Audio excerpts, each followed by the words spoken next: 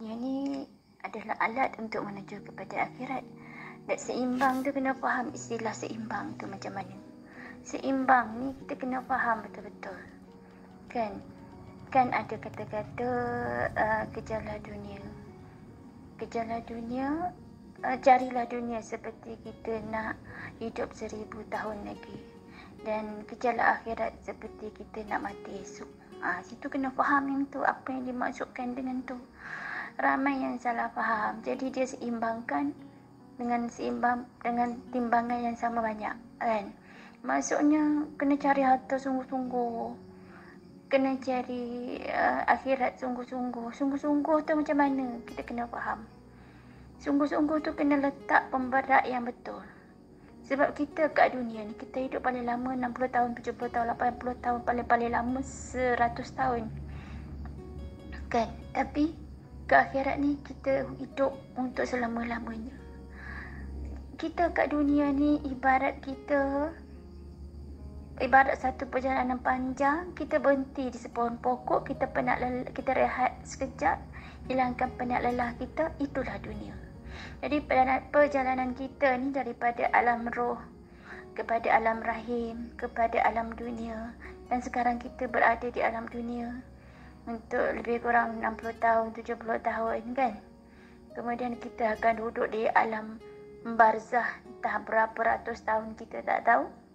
Sampai kiamat, sampai hari kebangkitan, kita akan duduk untuk hisap, nak tunggu hisap kita tu entah berapa lama, untuk pembalasan syurga neraka dan kekal selama-lamanya kat sana.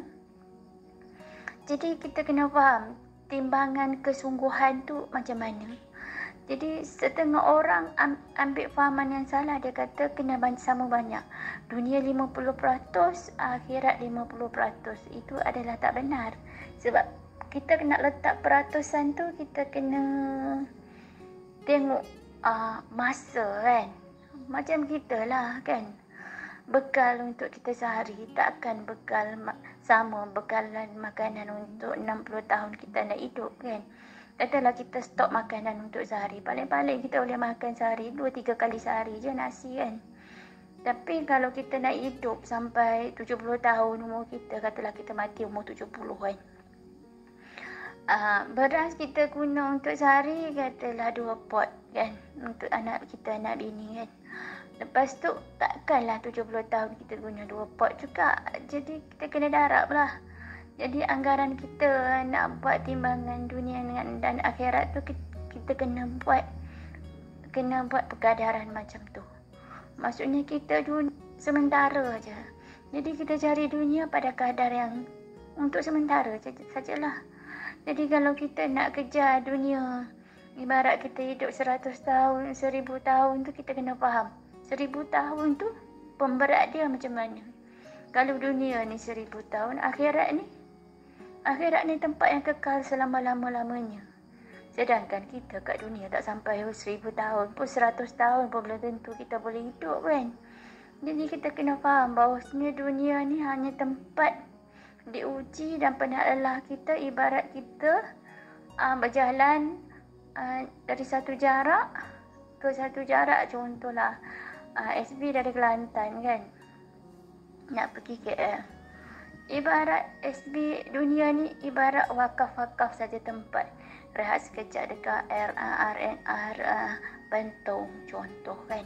Jadi RNR tu itulah dunia. Jadi perjalanan yang panjang, yang jauh tu adalah itu diri kita nak menuju kepada Allah. Jadi kita kena letakkan barak yang betul. Jadi dunia memang kita, daripada hati kita dan letak di tangan saja. Maksudnya bila Allah Subhanahu Wa Taala takdirkan kita kena lepaskan dunia, memang kita kena paksa diri kita untuk lepaskan dunia.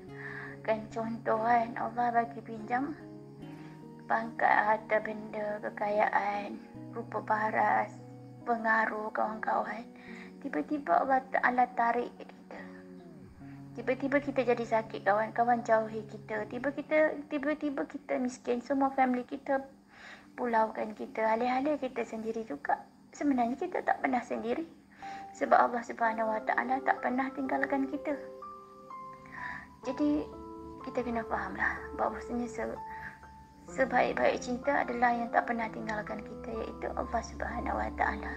Jadi dengan sebab itulah kita kena bergantung kepada Allah. Nak bergantung kepada Allah macam mana kalau kita tak percaya dan tak yakin pada Allah? Ya, insya-Allah.